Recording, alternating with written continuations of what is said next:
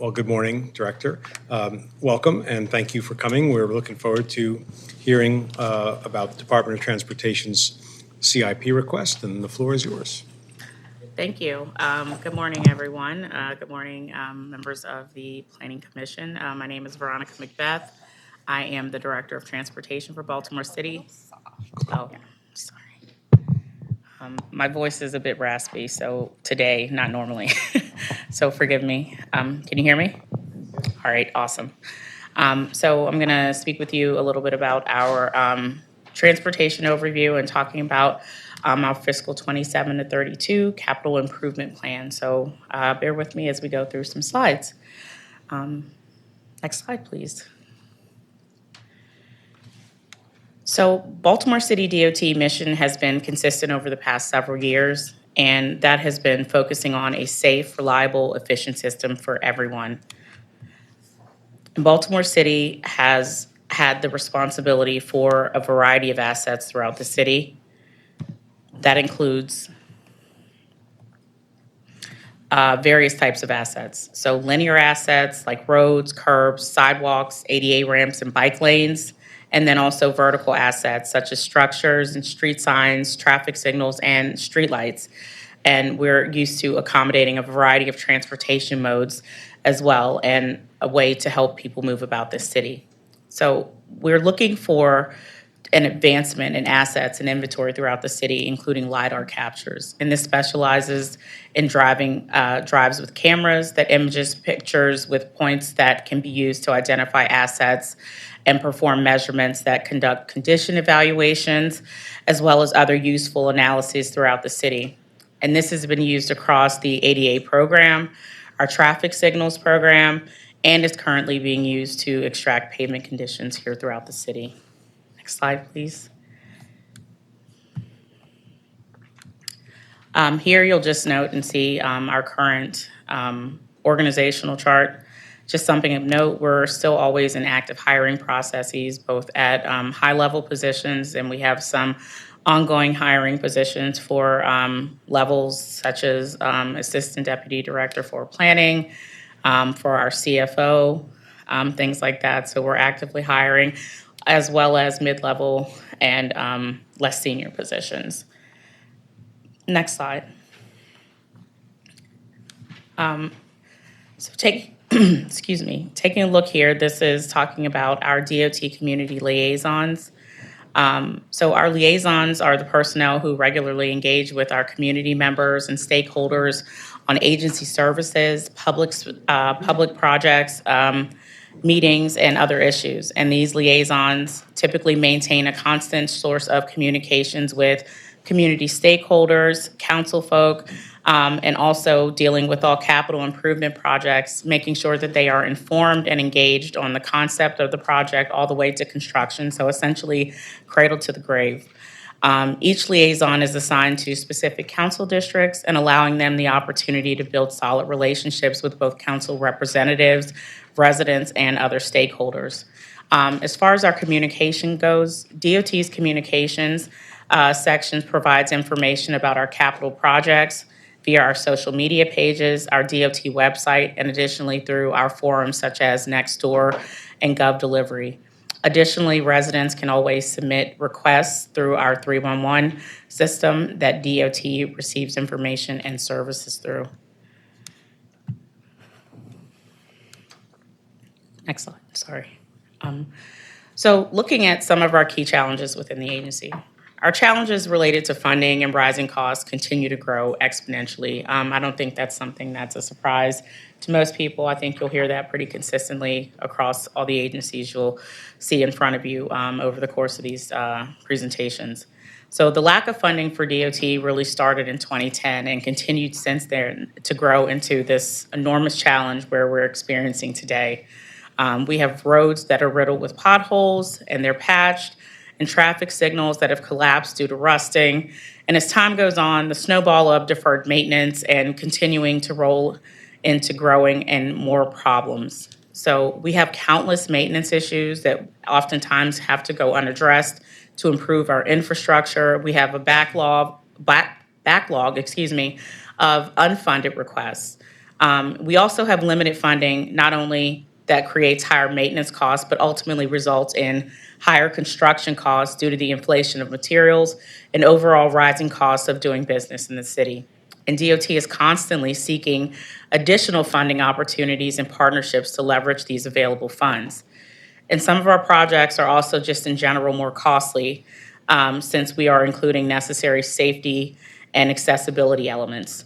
And we have been and will continue to seek out all funding opportunities both at federal, state, and local levels and build partnerships that will help address the needs throughout the city. But as we know, competition throughout the industry has had a negative impact on our hiring and retention of experienced staff. We're also in a time frame where there are large amounts of retirees. We have just probably in the course of the last 6 months had folks within the range of 25 to 35 years of service all put in papers for the next 6 months of retirement. So this is creating vacancies. This is creating challenges with knowledge that is being lost and increasing the workload on our remaining staff. And so throughout the city, again, countless demands and challenges with solutions and improvements of infrastructure still reign supreme here. And we're looking for resources that we are not given adequate solutions to be able to reduce the accumulated requests that we often have to make a safe and reliable, accessible transportation system. And that's such a critical component for the city to be successful. And without the funding support to upgrade the systems, we'll continue to unfortunately dig ourselves into a deeper hole. Next slide, please. So as we take a look at Baltimore City DOT capital funding, after the reduction of the HUR in 2010, the city was forced to issue debt in county transportation bonds in order to repave the roads and to fund the transportation of capital projects. And this is likely an unsustainable method for us to continue to maintain our capital program. And the sunset of HUR funds has potentially impacted not only the DOT, but if DOT would need general city funds, this would have have impacts to a number of other agencies that will rely on city funds and similar funding streams. Next slide. So historically, within Baltimore City, HUR has been devoted first to operating budgets needs, and so various eligible expenses across DOT, BCRP, DPW, police, and debt service to previous DOT-issued bonds. And the remaining funds after the operating expenses then are provided to our capital program. And so the example that's highlighted here for fiscal 26 is a total of approximately $271.9 million in HUR funds that were received by the city of Baltimore, and $177.8 million was purposed for operating budget needs, and the remaining $94.1 was utilized in the DOT capital program. And so of note, HUR funds are restricted in certain types of use, and all current dedicated uses are deemed eligible across the operating and the capital outlines that you see here. So the timeline on the left details the historical Baltimore City HUR story with considerations that Baltimore City is the only jurisdiction within the state of Maryland that maintains state routes, often considered to be a higher need due to the dense city nature, unique characteristics, which include the high volume of traffic signals, lighting, and things like that, when compared to the general age of the infrastructure of the city, as we know, which is considerably older than our surrounding counties, which are considered younger counties and more spaced infrastructure. And as recently as 1998, Baltimore City received 15% in HUR dollars, and that percentage has dropped precipitously ever since, and despite the city still having to maintain the same amount of infrastructure. So due to this disparate responsibility during the Great Recession, the severe cuts to the local government HUR allocations that went into effect everywhere impacted Baltimore City more than any other local government. And in total, Baltimore City lost out on approximately $900 million in HUR funds and approximately $3.6 billion in potential federal matching funds in infrastructure and the use of creating jobs. So prior to these cuts, There was enough money to handle both maintenance and to fund critical capital projects. By fiscal 2010, the HUR funds were cut so severely they could no longer cover the full operating expenses of Baltimore City Department of Transportation, let alone even leave enough money for the necessary basic capital projects. So in response to the ongoing cuts, the city was forced to to take out loans in the form of MDOT transportation revenue bonds, and the city must now pay these back to the state with interest. And during fiscal 24, the city is projected to pay over $14 million in debt service due to the severe cuts made to HUR during the previous administrations. And the debt service payments will continue for years to come. And so today, Baltimore City is operating at a 2005 HUR funding levels of approximately $37 million, which is actually only has the same buying power as about $23.6 million today. So House Bill 1187 successfully passed in 2022, helped reverse the cuts. However, the lost revenue and dollars to the city will likely never be regained. Next slide, please. Taking a look at the increase in HUR funding that is devoted specifically to Baltimore City, as mentioned previously, Baltimore City maintains all the state routes or numbered routes. So, for example, Maryland 139, which is Charles Street, Maryland 45, which is York Road, Maryland 147, which is Hartford Road, et cetera. Whereas other jurisdictions in the state, these same roads are the responsibility of the Maryland State Highway Administration. Thus, the agreed upon higher percentage of HUR goes to them. Cities in general nationwide struggle with aging infrastructure, and compared to counties which may have infrastructure not of similar or of age or origin. So while the percentage as depicted here does not appear to be extremely dramatic, we'll now look more broadly to view what this really means for us. Next slide.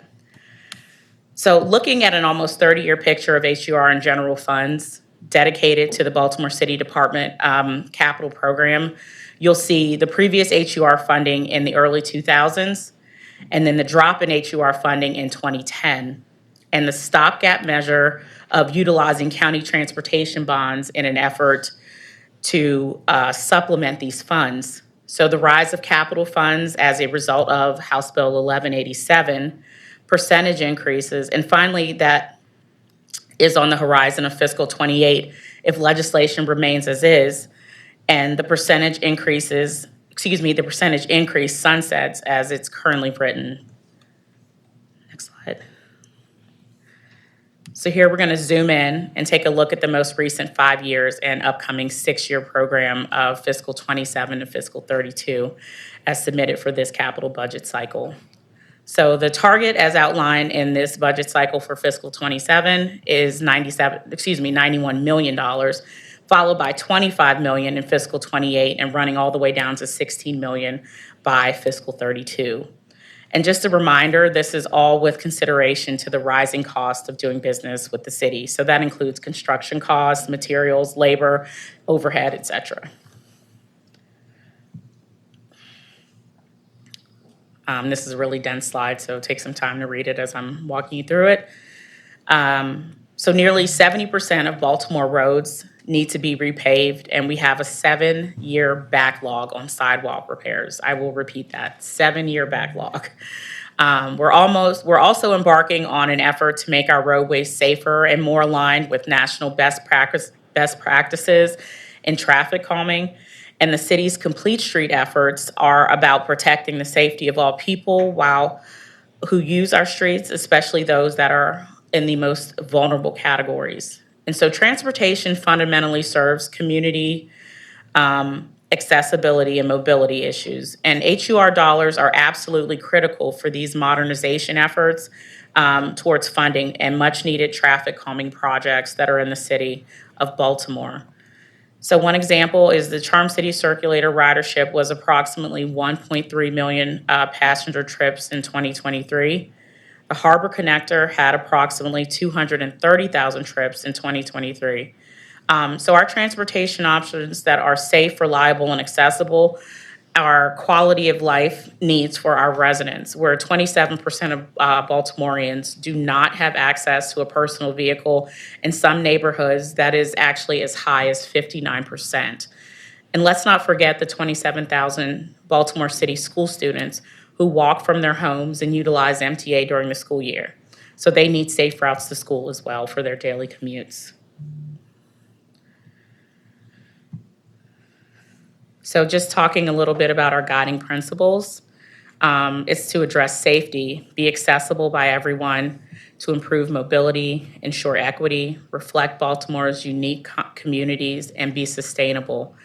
So our complete streets have great benefits to the city, and that's to reduce crashes and deaths, reduce collisions and injury costs, lower emissions, improve health, increase employment opportunities, and walking, biking, or using transit creates shared experiences and interactions, and increasing business investment, better quality of life, lower costs for transportation, access to recreation, and increased property values. So taking a look at this equity map, following the development of the Complete Streets Manual, the project prioritization process outlined in the manual was used in determining future capital projects for us to focus on. And so relative to previous years, equity was emphasized as a leading factor, followed by asset condition and safety, and with reduced focus on complaint-driven projects and the equal spreading of projects based on geographical council boundaries. And so DOT determined the area's focus for equity through an analysis that built off of Complete Streets equity sections. And this study resulted in a map of census block data weighted in for transportation needs. So some of the factors included were public transportation usage, household vehicle access, income, race, and median age of the residents. And so projects were overlaid on this map and determined the distribution projects in these high-need areas. And so just taking a look at long-term capital needs, again, another very dense slide, so I'll give you an opportunity to take a bit of a look at it. Safety and accessibility are paramount for our city, and to correct deferred maintenance and bring us up to good state of good repair, there is approximately $2.3 billion, that's billion dollars, that is needed. 29% of the city's household, as I mentioned, don't have access to a personal vehicle, and that creates a serious problem. So if we're focusing on this population without a vehicle and the transportation assets that they are relying on, which would be sidewalks, ADA ramps, traffic signals, transit, lighting, and bicycle facilities, the amount needed per year for this capital improvement in these categories for the next 20 years is about $81 million. However, over the last 3 fiscal cycles, we've only received $43 million in total. So think about the city's reliance on traffic signals to move vehicles and people through intersections.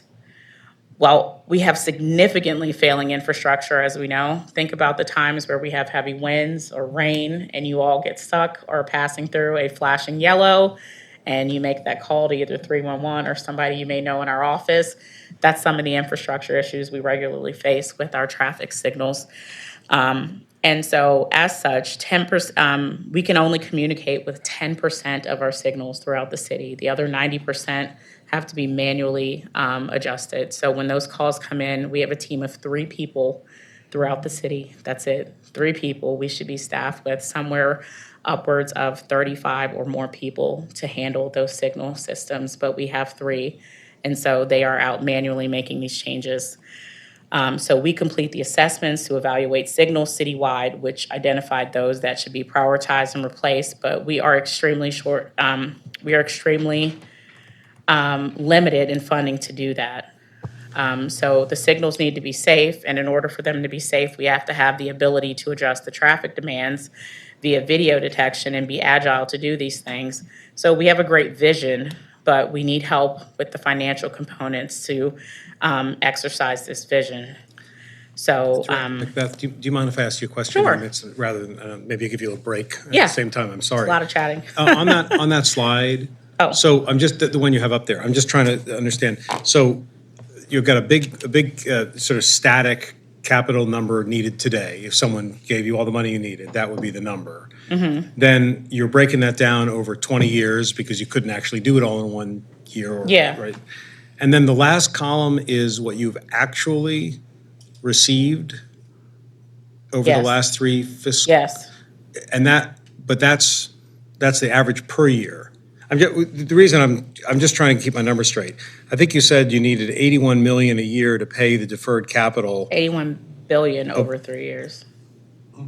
No, is that not what I said? I thought you I'm said sorry. 81 million. 81 million, my apologies. No, it's yeah. okay, no, but I got that. You said million, but 81 million, but you've been getting 42. I'm trying to relate 81 and 42 to that right column. Because that column is, I don't know, I haven't added up in my head, 656, 80, 100 million or something.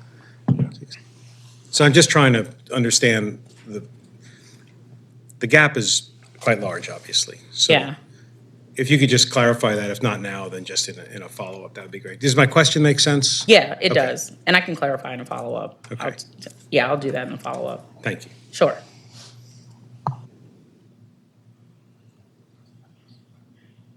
Okay, we're just gonna, I do see, I just should say, I do see because we have last year's, the 27 requests, which was 42 million, which is familiar, this sounds like the familiar 42 million number that you, that's only for alleys and footways. Anyway, we'll have to. yeah, I can thank you. double back over this for sure. Next slide. So this is just gonna be a quick section, so we'll zoom right through this and get right to the meat and potatoes of the CIP request. So this is just talking about our recent accomplishments. So this is just showing you some of the work that we did get to do with our funding for alleys and footways, which was 210,000 square feet of sidewalk repairs, 125,000 square feet of alleys, and 6,800 linear feet of curb reconstructions. Next slide.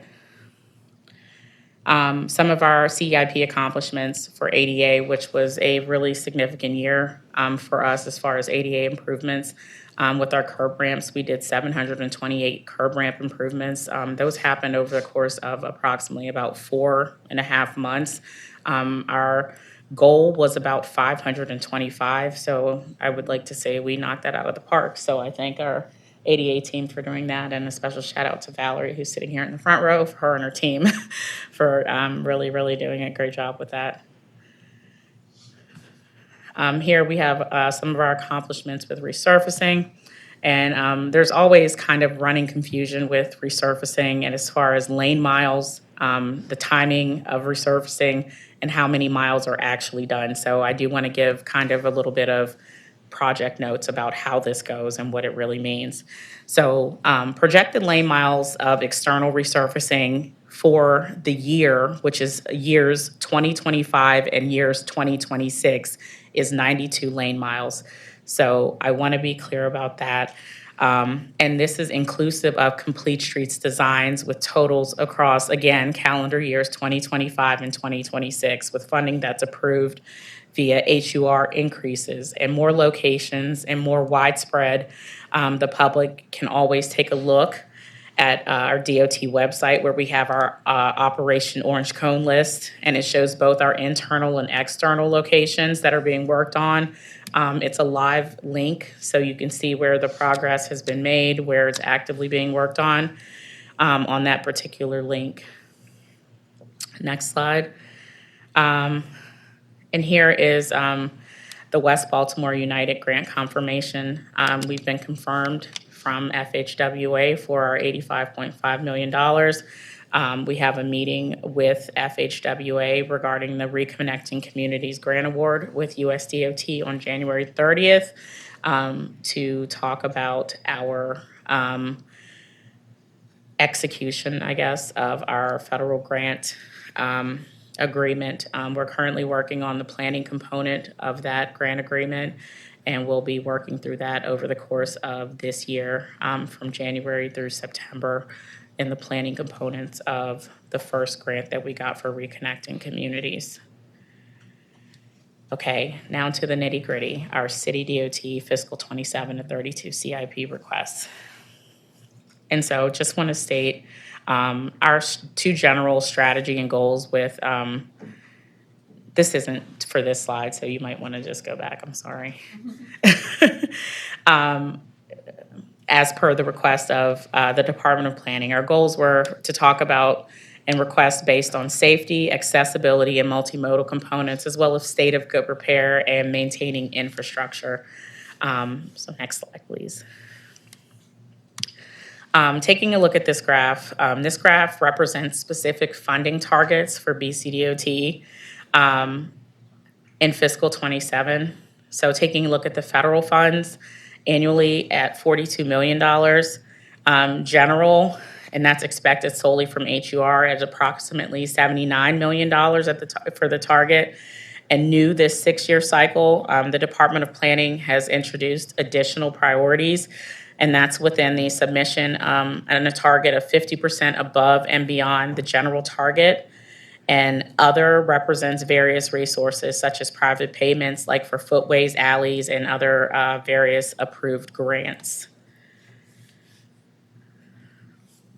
This pie chart is of the federal formula funds that are appropriated, appropriations requests for fiscal 27. Here's an additional pie chart that is also showing HUR usage proposed for fiscal 27, and this is local funding, again, for HUR. And here we're going to jump into our request for complete streets accessibility. Sorry, before we do that, before we get too far, and maybe this is a question for Sarah Paranilum and our staff as much as for you. I'm just having a hard time reconciling the numbers that I'm seeing. I'm looking at. I don't believe this number is correct. Pardon me? The 79? The 79. I believe it should be 91 or 94. I'm trying to. I think the 79 is exclusive, and then there's the special projects that are also HUR funded that add above and beyond that. Okay. That's how you calculate it. So that's like So you don't have the ADA special projects in here. Got it. ADA partial consent decree. Well, I mean, So that would be like 17 million, which would take it to the 91 if you did the 88 partial consent decree one. Yeah. Yeah. An additional 12. Chairman, does that, if we add in 12 million for the ADA partial consent decree, which is It's listed in 91. special project, it totals to 91 million, which is what I would expect to see. where in our materials is 91, is that number tied to 91 million? 91 million is the total of DOT's highway user revenue in the base requests and the special projects for FY '27.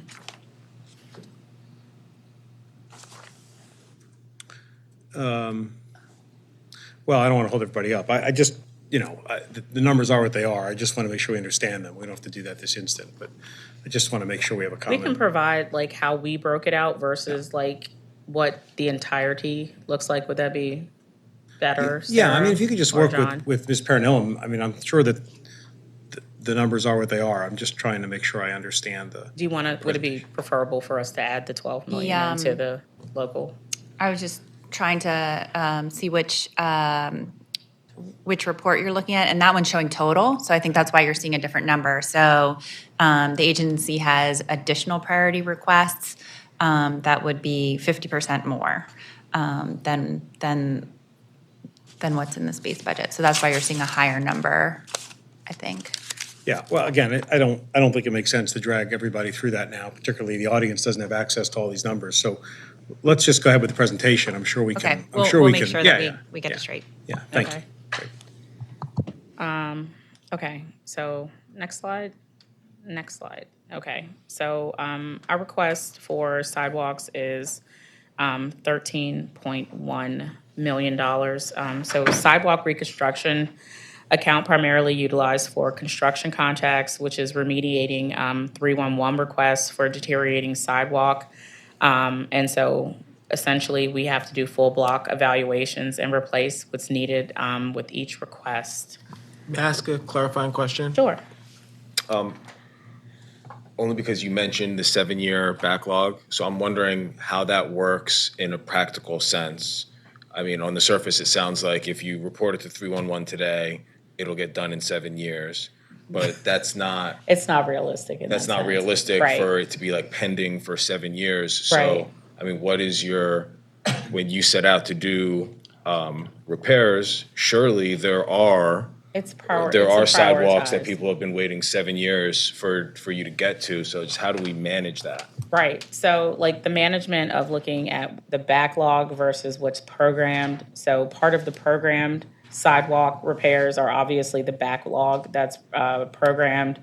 Some are obviously based on the state of deterioration. If it's like deteriorated to the point that there are severe tripping hazards, major ADA compliance issues and things like that. It's based on investigations, going out there and taking a look at the sidewalk and the deterioration, and they're ranked based on those issues. I can't, unfortunately, I'm 1 year in, but as far as like the backlog, that's my understanding as to how things have been done in the past. It almost seems like the backlog would be more accurately measured by the state of deterioration as opposed to the length of time that folks have been asking for it. Because it seems like what's most likely happening is you report something, someone comes out and looks at it, and if it doesn't rate as one of the worst, conditions, then it won't be prioritized. And that's just the reality. Again, I'm really just understanding mechanics. Right, no, and I would definitely say like things are prioritized by the state of deterioration. I think it's like they're mutually exclusive. Like the backlog is numerically that it's 7 years. It doesn't negate the fact that they're still prioritized by how deteriorated they are, right? So if somebody is saying like this sidewalk is cracked versus this sidewalk is lifting because of a street tree, right? So if the sidewalk is lifting by a street tree and you have like a 2 to 3 inch lifting and tripping hazard, the likelihood of the prioritization of that ADA non-compliant sidewalk is us going to repair the sidewalk and removing the street tree. So that prioritizes it and bumps it up. Make sense? It does, thank you. Yep. Yeah, one follow-up, and I think we're on the same page with this. I'm thinking about a number of these around the city, and it's more than 2 inches of lift in Yeah, these oh, yeah. places. So can you talk about how you're prioritizing that? Because I know we've been on a number of walks where we'll find those pieces, and that sometimes it's the neighborhoods that have the least volume of complaints, but it may be an older complaint that hasn't gotten addressed. Right. Do I have my street tree folks here, or not my street, do I have any? I don't have my team here to talk about the prioritization. I don't know like the specific step-by-step prioritization. I can get you some step-by-step Okay. information and we can turn it back over to you. Yeah, that'd be helpful because I'm looking at my colleague across the room, and I know we can all make a map of where some of those places are. No, So definitely.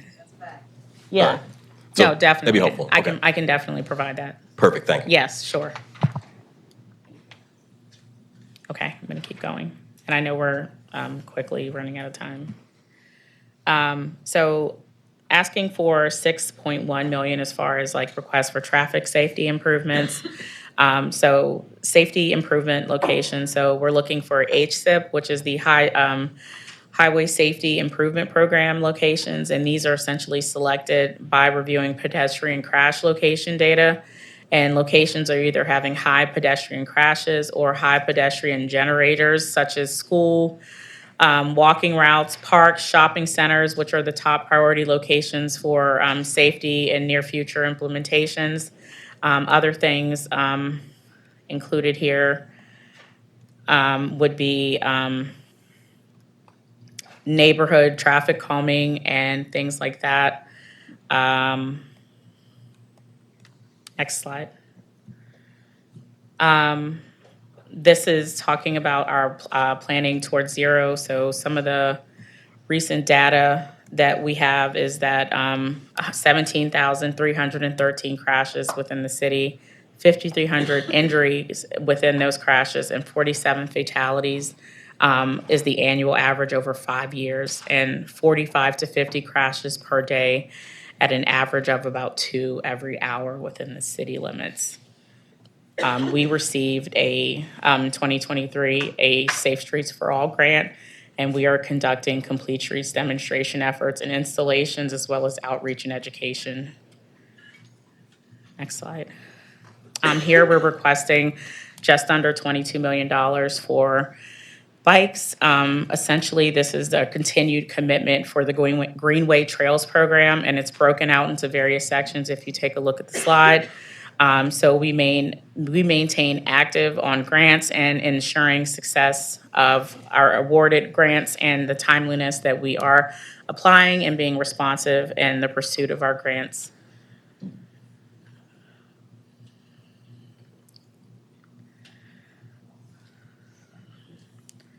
This is our bridges request for $31 million. This is for fiscal '27, and it's proposing funding commitments to 11 bridges with a plan for 22 within the overall 6-year program.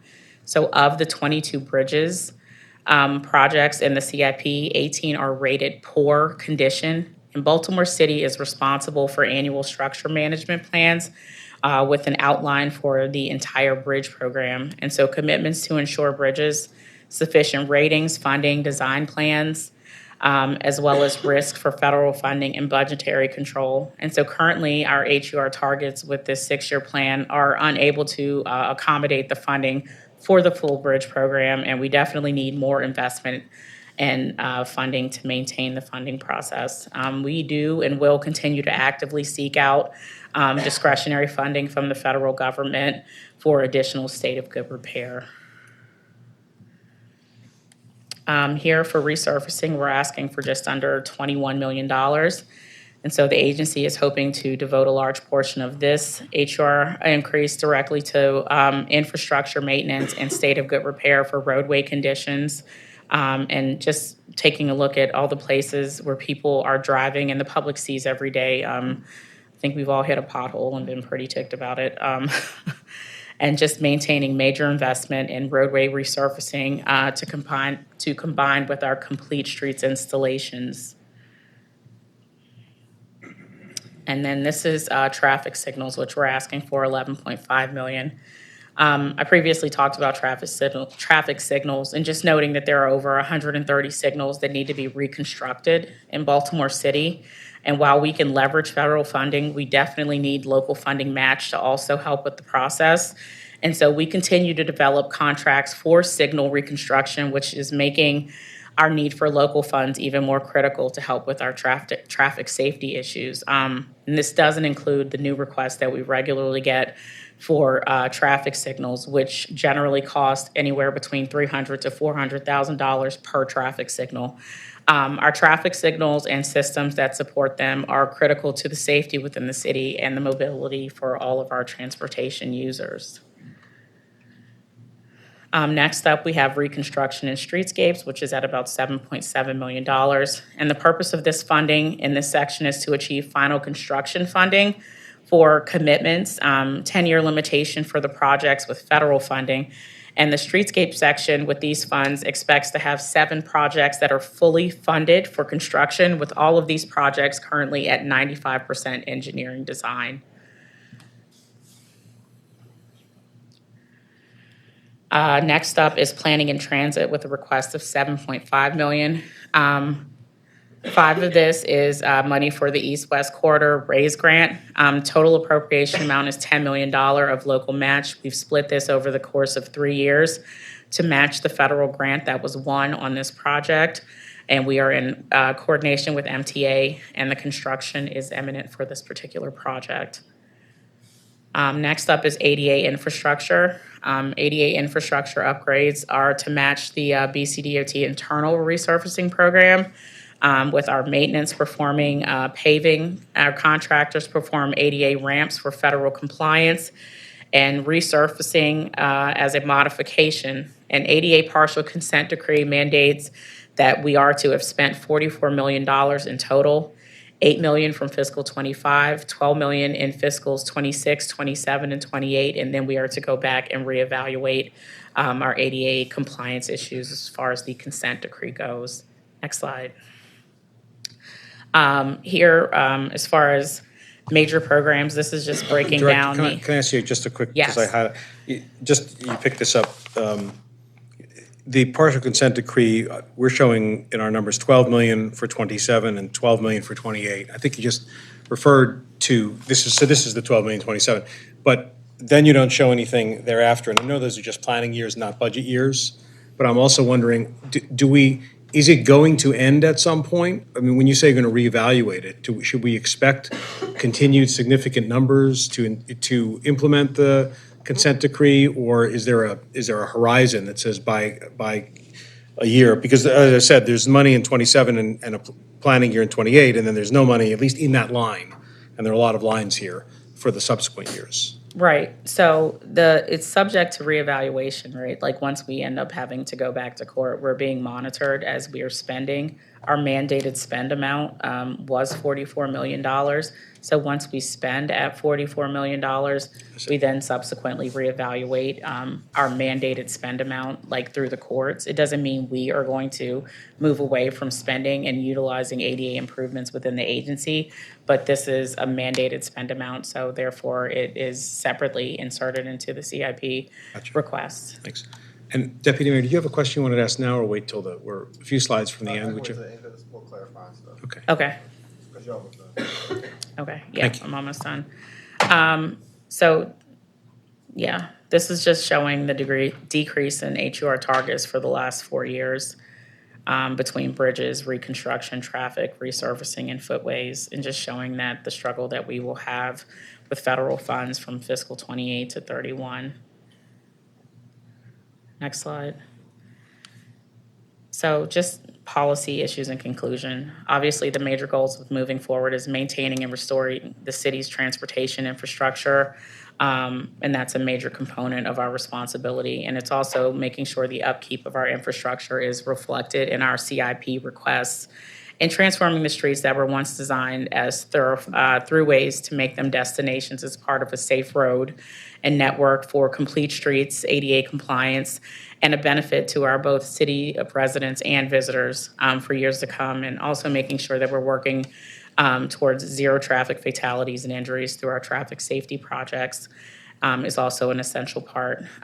So with our HUR levels, we have 7 major streetscape projects, 7 major bridge projects, 28 traffic signal reconstructions, and an estimated 280 lane miles of resurfacing over the course of fiscal '27 to '32, and approximately 1,300 additional city blocks of sidewalks to be reconstructed. And without it, we would be unable to proceed with any of the major bridge improvements. Nearly 50% inability to improve any of the traffic signals with the city, and only 40 blocks of sidewalk improvements if we were not given the CIP investments. And that is all. Sorry for taking so long. No, it's quite, we actually are okay on time because this rolls into lunch, meaning we don't have a presentation right behind you, so we're fine, and it's a very important discussion. So now, Deputy Mayor, would you like to ask a question? Yeah, thank you, Director. That was you got a lot to do, so I really appreciate you and the team for all that you do. The question I have is more a clarifying question, and it's on slide from slide 31, where the resurfacing is quadranted out, and I just wanted to get for my own understanding, a understanding of why it's quadranted, and sort of how you guys make decisions on that resurfacing based on quadrants or just throughout the city. Yeah, bless you. So essentially, it's quadrants throughout the city, and it's based on, one, there's a separate urgent needs, but then the resurfacing list is they go throughout the city and they're looking at areas that have been recently repaved, like in the basic state of good repair, like where they are in major roadways and thoroughfares throughout the city, requests that have come in through 311 and things like that. And then subsequently, this list is put together and it's then turned over to the mayor. He evaluates the list, and then subsequently, the list is also then reviewed by our council, and then making sure that there's equity in the areas that they are seeing, in areas that are going to or potentially be resurfaced. And if there's any discrepancies as to where they might have roadways that they find to be way more eminently dangerous or needing of more resurfacing, we kind of have discussions about where they think these roadways can be redone. If areas need to be extended, we take that into account, and that's the way we evaluate. No, that's helpful. That's what I wanted to understand. It's quadranted from a budget perspective, but there's a ton of process that happens Oh, to yeah. really create It's- a prioritization. And Yeah. it may not necessarily be like this shakeout. the No, end of the like, I day. mean, it's happening year round. Yep. So like it's a constant review and ongoing service process with engineers and investigators and construction supervisors out in the field, taking stock of the quality and state of good repair of our roadways. Yep.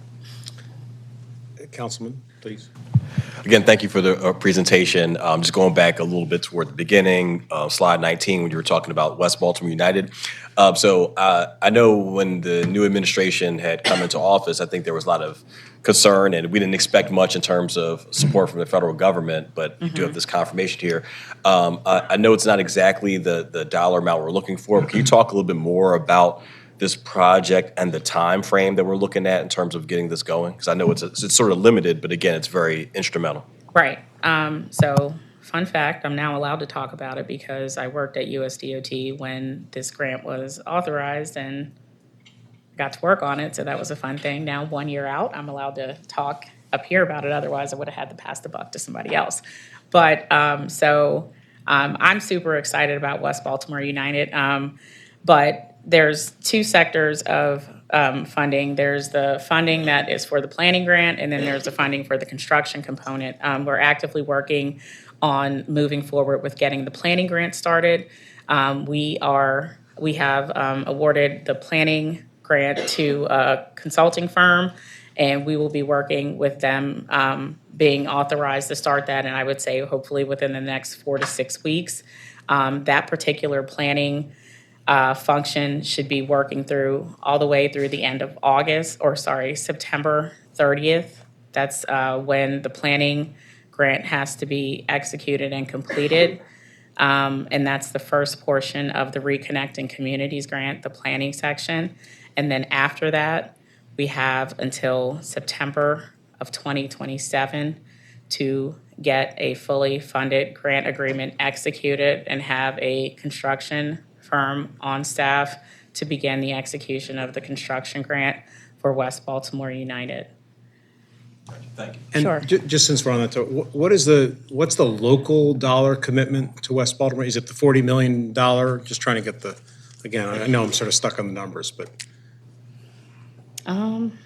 I believe that's the exact amount. I'm not.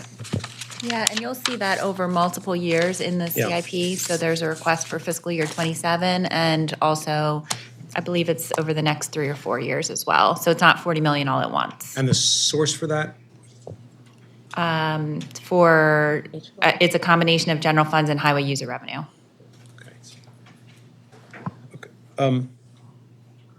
Let me ask a question. So going back to HUR, first of all, I guess I should start off this way. I would not want your job. It is Did you just daunting. see me wipe the sweat from my brow, It is John? what you're struggling with is so daunting. The gap is just so enormous. And I want to say, first of all, how much I appreciate the work that you're doing and that your team is doing. I know you've had to do a lot of rebuilding in the department, and I know we're very happy to have you here. I was at your confirmation hearing, and I know how committed you are that you live here, obviously, and you want the city to thrive. So, it is just so concerning when you see this presentation in one fell swoop, to understand how we dig ourselves out of this giant hole that we're in. And there's a lot of effort. I think folks know this. Again, I'll say it, in part for the record. So the mayor's made the restoration or the preservation of HUR a top legislative priority. I think that was reported pretty widely.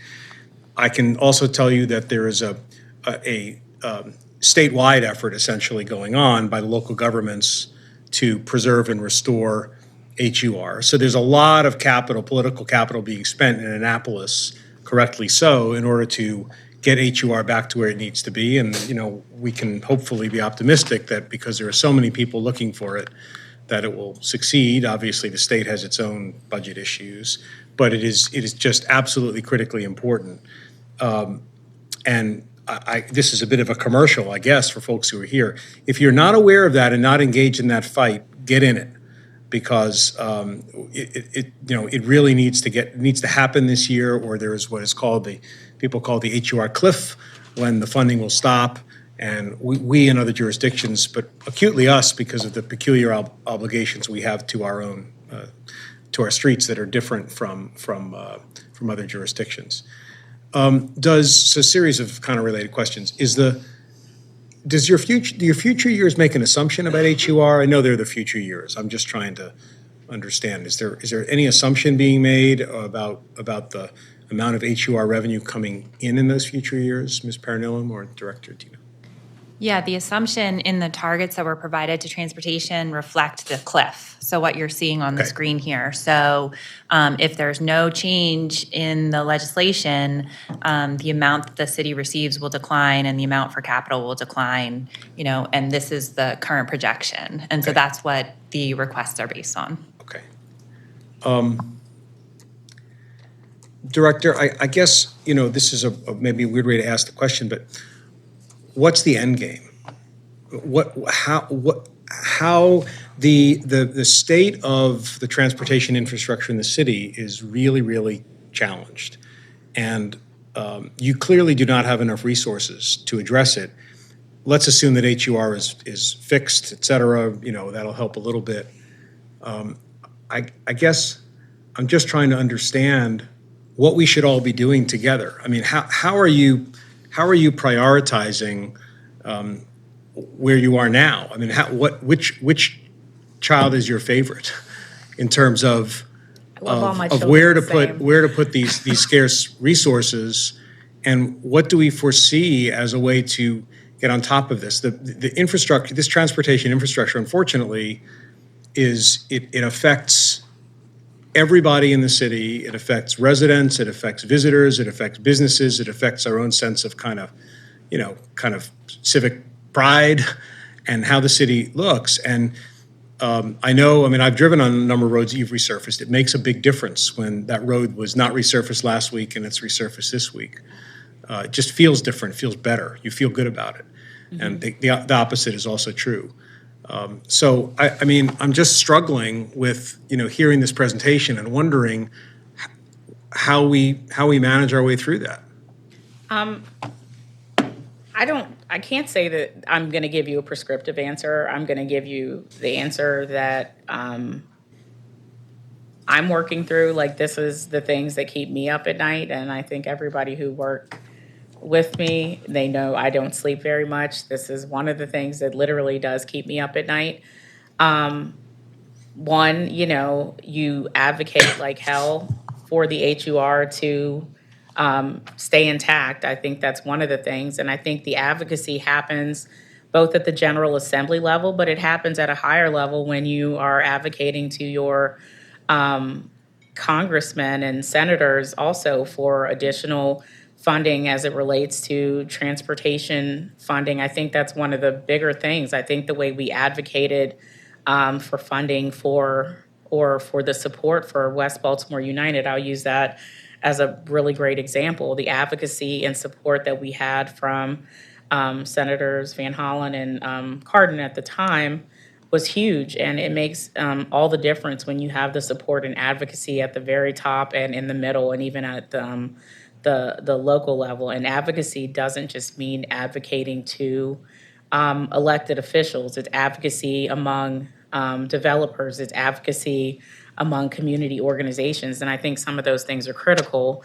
As far as USDOT, we're in a weird situation right now, right? Like, we're not the favorite child anymore, but we're not the redheaded stepchild either, right? Because there was an opportunity for us to not have this WBU funding, but we got it, right? So there's an opportunity for us to continue to apply for discretionary funding. I'm guessing that probably in the not so distant future, there should be discretionary funding coming out as it relates to bridge grants and things like that. And I absolutely have in my head that we will have our folks intend to apply for that.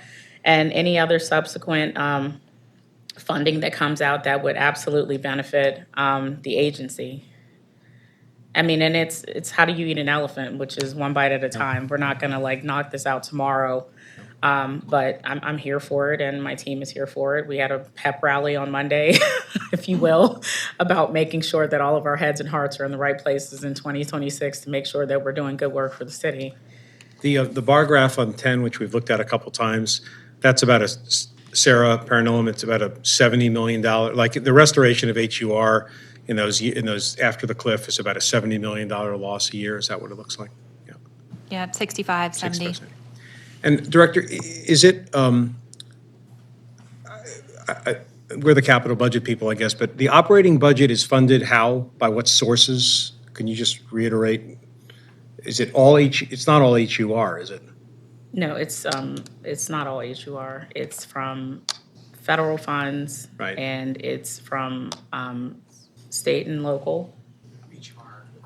Grants, okay. Right. So I'm just trying to understand the budgeting process for you all. You pour HUR dollars into the operating budget to fill the gap until it fills up, and then you can use whatever's left for capital. I mean, to oversimplify it, is that More or less, correct? yeah. Because More- I mean, more Well, the other Yeah, slide. and that's, I Go mean, we ahead. can follow up with Budget Director Larson if you wanted more information about that, because I think that decision happens at finance rather than within the Department of Transportation. But yes, that is essentially correct. I mean, look, there's this, we can talk forever about the fungibility of dollars as long as it's eligible and so on, but I go back to a slide that you don't have to go back to it, but I'll just say that at 178 million in HUR dedicated to the operating budget and only 94 to the capital budget. I'm not suggesting that one of those uses is more valuable than the other. They're both valuable and essential. But, to continue to starve the capital budget in order to fund the operating budget it's not the wrong choice, but it's a horrible choice to have to make. And it further explains why it's so difficult to get capital improvements done. Yeah, it definitely is. And I mean, I think we're also, I will say, we're looking through some opportunities on how we can do more with less, I mean, which is what we've already been doing.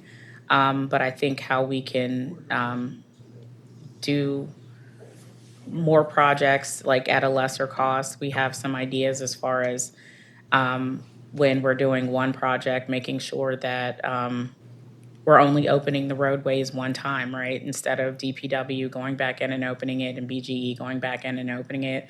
I think that could save a considerable amount of money in shared costs and things like that. So we are actively looking in ways that we can save money to make money, if that makes sense. Yeah, appreciate it.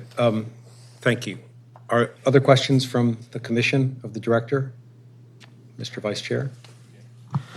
Good to see you, Director Macbeth. Thank you for being here. I'll start with that one just because we were on the subject of, efficiency and getting the most bang for our buck. Right. Of course, talked in the past about the coordinating utilities. I've seen improvements in that. I think we're doing a better job of coordinating the utilities before we resurface. I am, however, still seeing, and a lot of times it's contractor work, but, non-compliant installations, whether it's crosswalks that get replaced incorrectly or, speed humps, et cetera. I think you're familiar with some of the specific examples. Yeah. Can you talk a little bit about operationally how we're eliminating that? Absolutely. So I'm glad you actually brought that up. Yes, so we have seen significant issues. We've seen, I would say, like internal violators by like sister agencies, by like how like paving has been done, like or not properly returning the road to its capacity of what it was.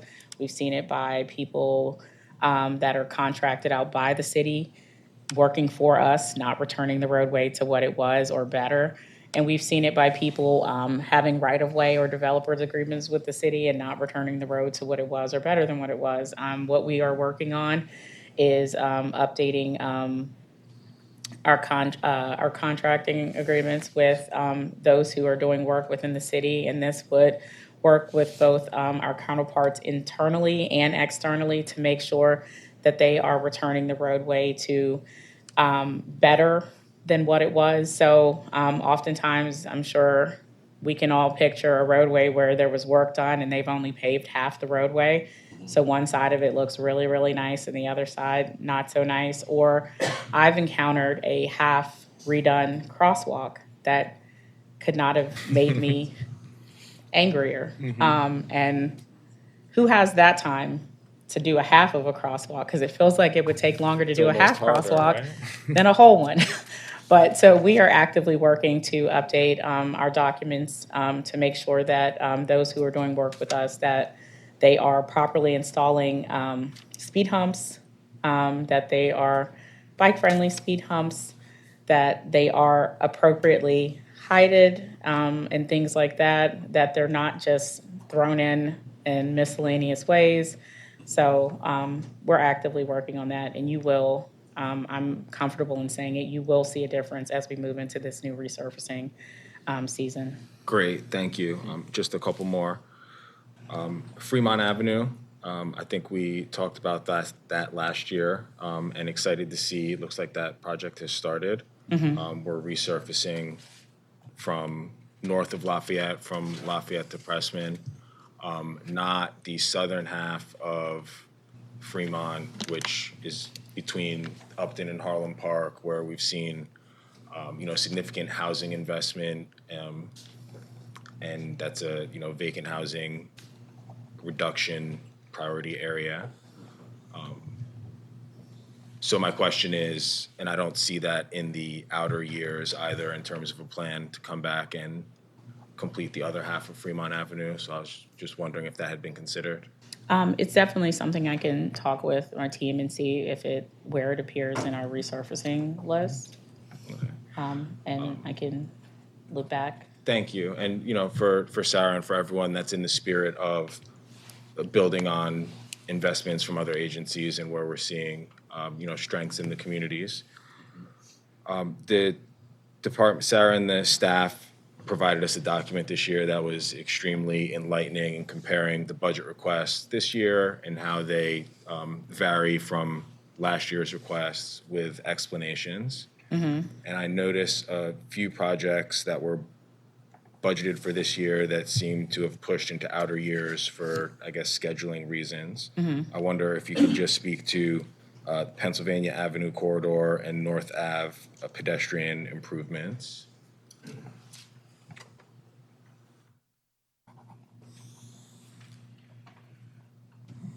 And again, those, while you're thinking about it, those areas are particularly interesting because we think about, North Avenue and Winata and other investments that are,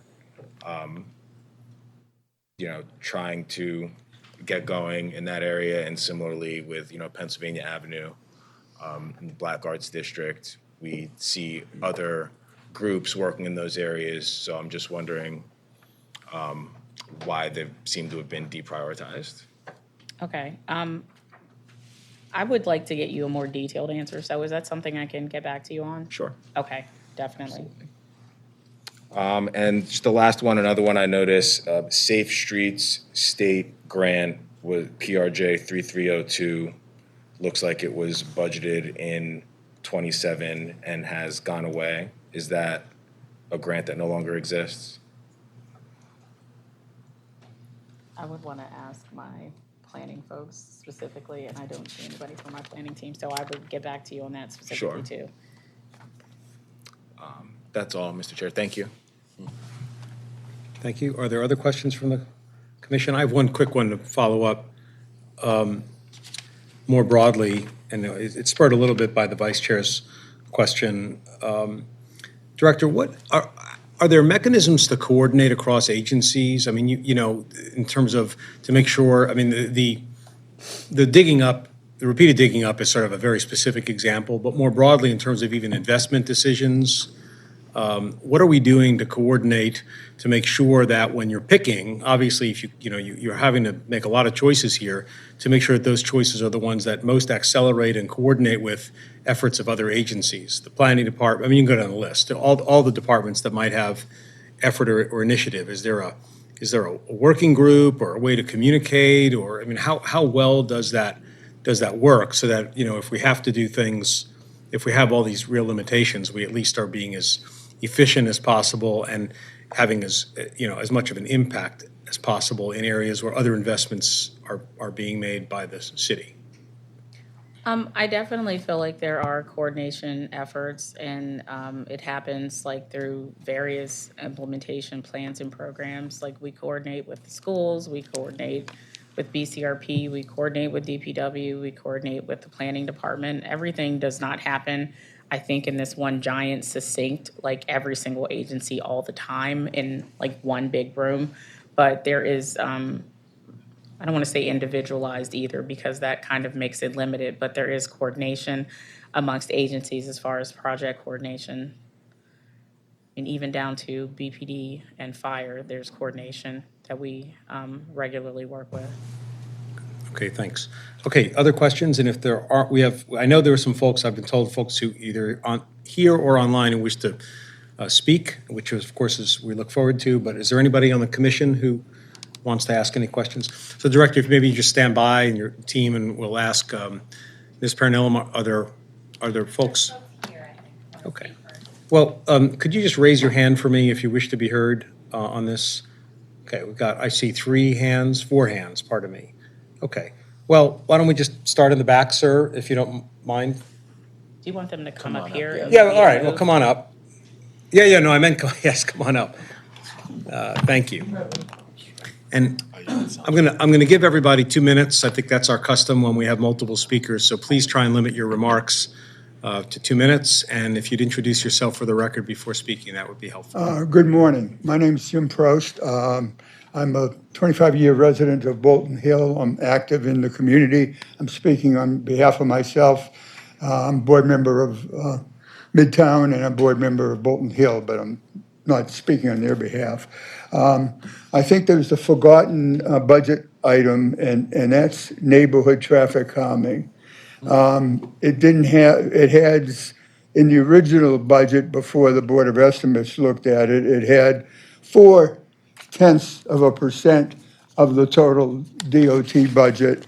And then after the Board of Estimates adjustments were made, we're now down to $400,000 over a 5-year period. Basically nothing for neighborhood traffic calming. I think it's an important issue. It becomes kind of a residual impact. You'll do roadway improvements in one location, you do a bikeway in another, and lo and behold, through traffic on Lafayette increases significantly because the traffic's got to go somewhere. And it goes by and Park and Landvale. It goes by a nursery school, goes by an elementary school. It goes by the dormitories for Micah. Some of the improvements were done, but not with community engagement. I woke up one morning to find white flex posts at the corner of Landvale and Park. We certainly asked for traffic calming, but we asked to participate. The process says that the neighborhood should engage in it. They should go through a process that they agree upon what the improvements are by the people most directly impacted. The result of that is 140 signatures to revisit that particular piece. And now there's no money to revisit that particular piece, so God knows what's happened. Also, I'm going to be a advocate for Bolton Hill right now. On Lawrence, it's been over 5 years that we work for traffic calming on Lawrence that goes to our Sumter Park, our largest park, and still nothing has happened. There have been accidents, there have been carjackings, there have been other problems related to it. Mr. We Probst, just can I ask you to- need to get it going. Can I just ask you to sum up? Thank I'm you. sorry. You did send something in writing, which I have seen. I did So send thank you for something in doing writing. that. And we'll obviously take. Thank you very much. Of course, thanks. This lady here, I think, please. Again, you'll have 2 minutes, so try and keep time for you. Thank you. Good morning. My name is Jill Lemke. I'm here today representing the Maryland Port Administration. We came today with interest in a specific project that I don't see in any of the slides. But I do want to say that should the Keith Avenue reconstruction project move forward, we are very supportive, but we are very interested in working with the city to ensure that maintenance of traffic, with port traffic in particular. Keith Avenue is a major artery into and out of the Port of Baltimore. So we want to be involved and kept informed of that project. So if someone can answer whether or not that project is moving forward, that would be helpful as well. Thank you. Keith Avenue. I don't want to get into a back and forth, but is there a simple answer to that question for DOT? And if not, we can certainly just take it up subsequently. Yes. Yeah. Please. The project is that. Can you speak at the microphone? I'm sorry. Yeah. Bimal Devkota from DOT. Yes, this project is a federal funded project and it's in the design phase. Okay, so we'll not get into details today, but we'll figure out then how to make sure you're connected. Okay? Thank you. There were hands over here. Yes, ma'am, please come on up. I don't have a testimony. You have to come up to speak if you, sorry? I don't have a testimony, I just have a question about the presentation. Well, you can come up and do that for sure. Introduce yourself, please. Yes, my name is Kalia Young, and my question is about the budget. Would bus shelters fall under transit infrastructure? And if bus shelters are on your radar for updates? I've driven past a lot of bus stops and they either don't have benches or coverings. There are also some bus stops that have temperature controlling components that I'm assuming would adjust based on the weather and the temperature. And so I'm just wondering if bus stops are included in any of the budgets for updates.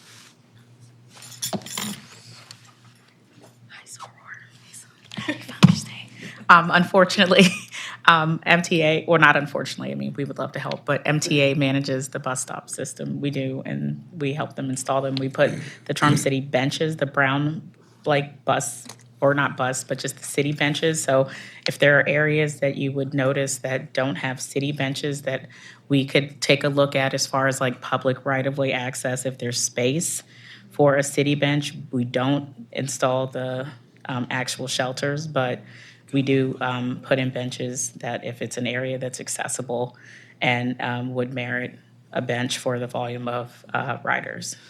Yep. Thank you. And I just have one more question, actually. You mentioned bicycle facilities and DOT facilities. Can you clarify what would be considered like a bicycle facility for included in the budget that you would focus on? So Sarah was nice enough to pull up some of the pages. So these are the various bicycle facilities that we'll be looking into for this upcoming fiscal year. So the Greenway Trail, Remington Avenue, things like that. So some of the facilities you see, if you go down like Maryland Avenue, those are like some of the existing facilities that we have right now. Yep, sure. Thank you. Ma'am, and if you have questions about MTA and need to be put in touch, let our staff know and we can put you in touch with the right folks at MTA. Yep. Deputy Mayor? I was just going to say, for clarity, MTA is a state agency. That's why, just to be particular, so that way you have that information. Yeah. Thanks for the clarification. I think there's one hand over here. One more hand. Mr. Weeks, come on up, please.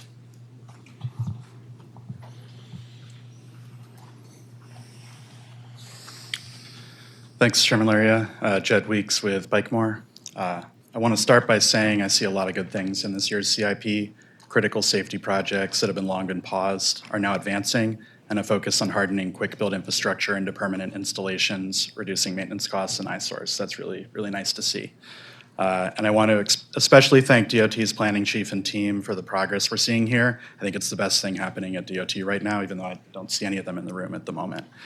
And I'm grateful we have a director that knows the stakes and is a real believer in designing streets to save lives. Since the adoption of the Complete Streets Ordinance in 2018, I've testified before this commission concerned about other divisions' seeming inability to follow that ordinance. And since 2021, I've pointed to work that goes explicitly against the 2021 Complete Streets Manual guidance. Unfortunately, my concerns continue today.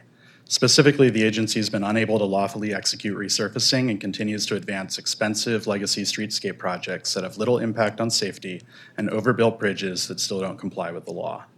I've flagged projects like Bel Air Road Streetscape to this commission for years. This project directly undermines the goals of MTA's bus prioritization for the corridor and entirely contradicts the recommendations of the ULI study from which the project supposedly originated.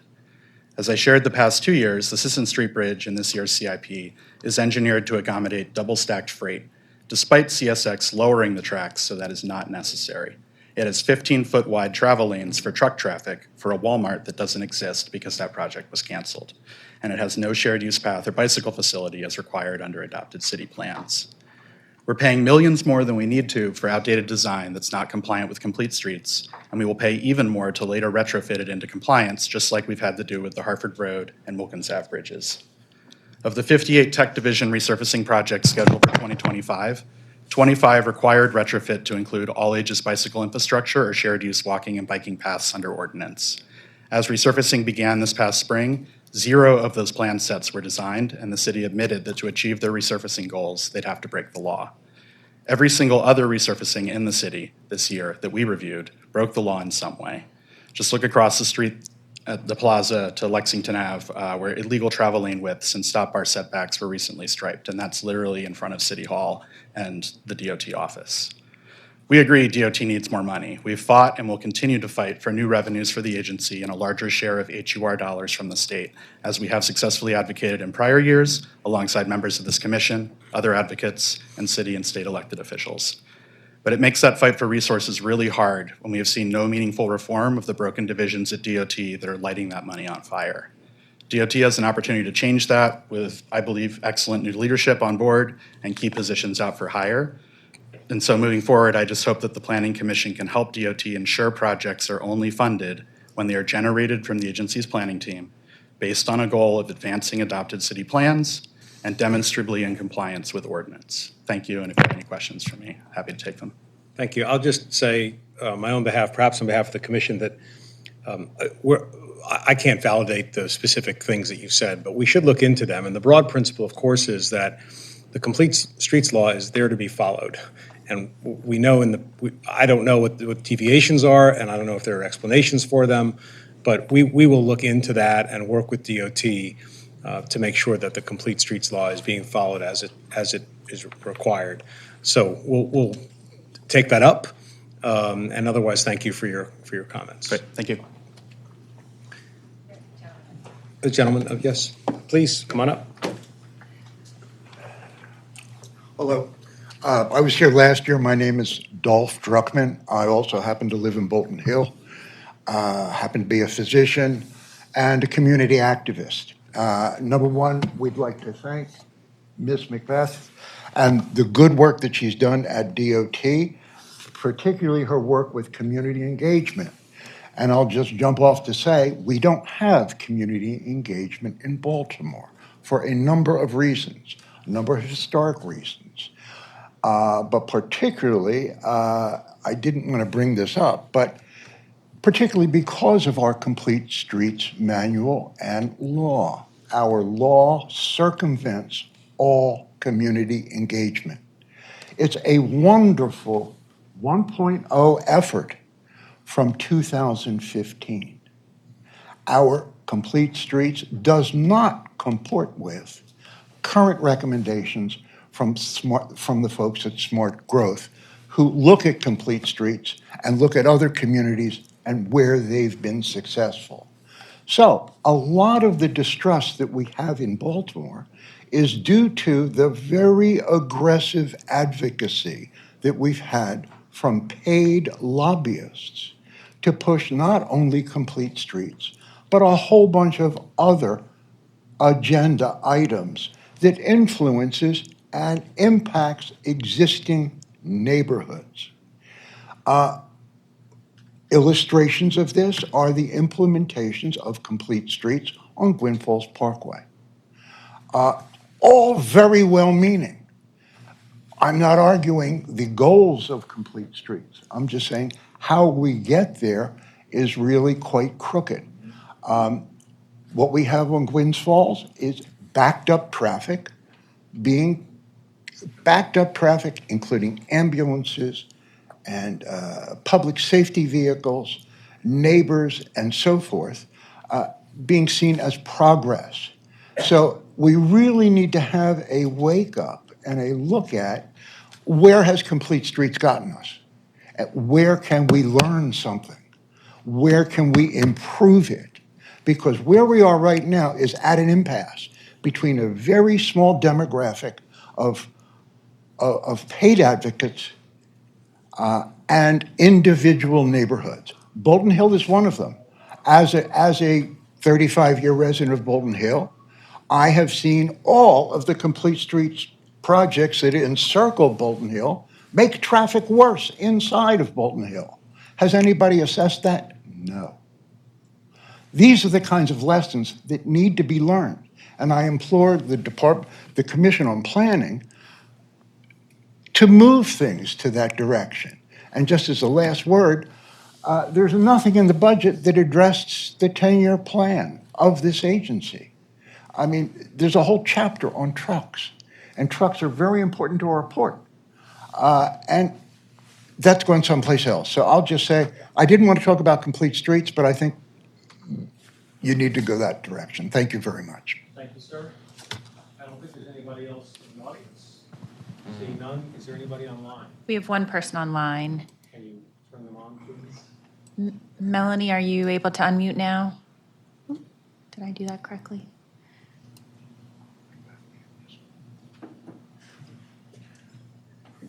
Melanie?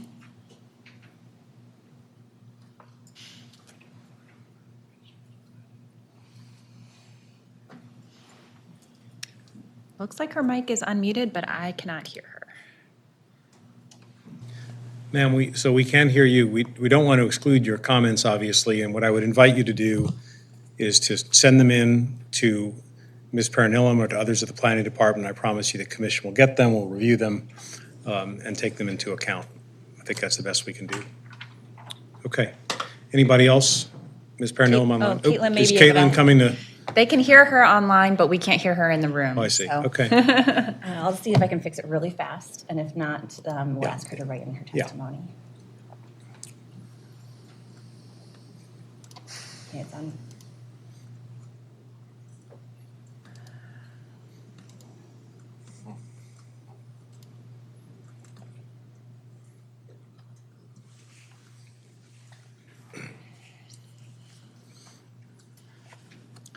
Yeah, I'm not gonna be able to fix it Okay. quickly enough. Well, ma'am, we apologize, but please do send the comments in. We'll make sure the commission sees them and takes them into account.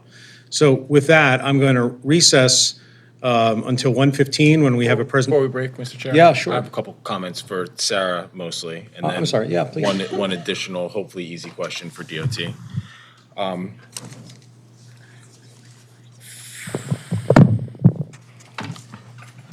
So in the intent of seeing these layered investments and how they align both in terms of priorities and geographies, and I'm talking about across agencies, use it just as an illustrative example,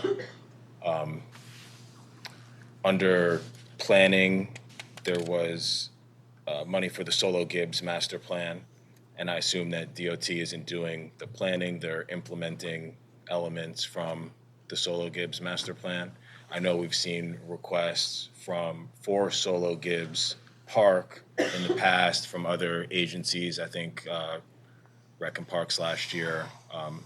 And so So all the more, so that's a great example. I don't feel that we have a clean way to see, multiple agency investments in one particular project or even one particular neighborhood or geography. I think that's what we're trying to get to when we talk about, viewing equity and the maps that we put together. So that's not for DOT to respond to, just an illustrative example of where I hope that we can get. Yeah. Additionally, sorry, not to cut you off, but when I didn't see it in this presentation, I assume that we probably have the map of DOT's investments spread out across the city like we do for the other agencies. I think it would be really helpful to segregate. Well, this is a little bit of a slippery slope, but we've got, good repair investments and things that are sort of non-negotiable. When we talk about equity, I think it's much more helpful to look at our discretionary investments. So to the extent that those sidewalk repairs are not discretionary, but we are making judgment calls when there are more than we can do in 1 year and we're only going to do some of them, I think those are the things that are really important and helpful to map. Again, just aspirationally. Last one for you, Sarah, the West Baltimore United project and slide, very exciting, and hope that it's able to be realized. But a rendering like that doesn't get built without involving every other agency. So I think it's just interesting. I understand it's a mechanism of how where the funding came from that we're even talking about this in the DOT presentation. But for that to be real, I hope that in whether it's next year, we'll hear how the other agencies are going to contribute to that project. And lastly, for you, Ms. Macbeth, revenue from citations. How are we doing on that?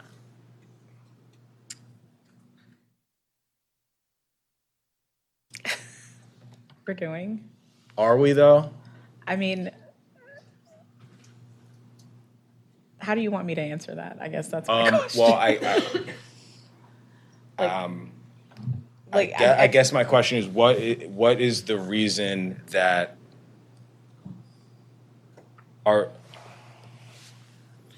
there's a juice and a squeeze, right? Like there's operational costs with putting people on the streets to give out parking tickets. There's also money left on the table by not doing that. I'm just one person having one experience, but I don't see a whole lot of that going on. So I'm wondering, is there a missed opportunity where we could be creating more revenue, or has someone made the judgment that the kiosks are enough and the return on additional enforcement is not worthwhile? Okay, that's it. I don't want to say it's a better question, but it's more pointed. So so I would say that no, we're not exclusively relying on kiosks. We definitely have officers out there ticketing. We are ticketing via RPP. We're ticketing people who are parking in bus and bike lanes. We're ticketing people who are at expired meters.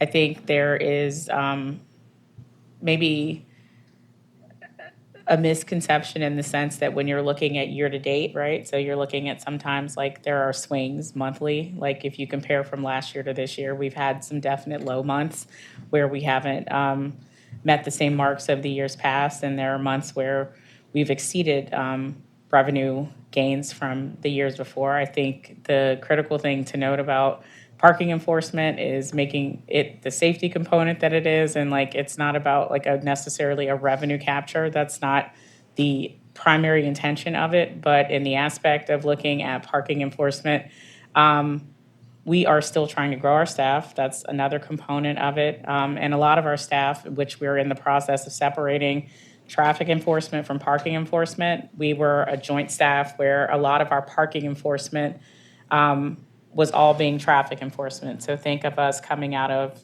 sports season. So there was football, and we're all exclusively doing traffic enforcement with a very minimal amount of people being able to do parking enforcement. So there are a lot of events that are happening, and everybody is smushed into this area where they're all doing traffic enforcement. So they're moving traffic, they're all indisposed doing those things, and so you're getting less and less parking enforcement. So those are some of the challenges that we have faced, but we're in the process of delineating and separating traffic enforcement from parking enforcement. So I'm confident we should see an uptick in revenue and more parking tickets. Great, thank you. Sure. Yeah. Okay. Any other questions? Director, thank you. Thank your staff. We really appreciate your being here, appreciate the job you're doing.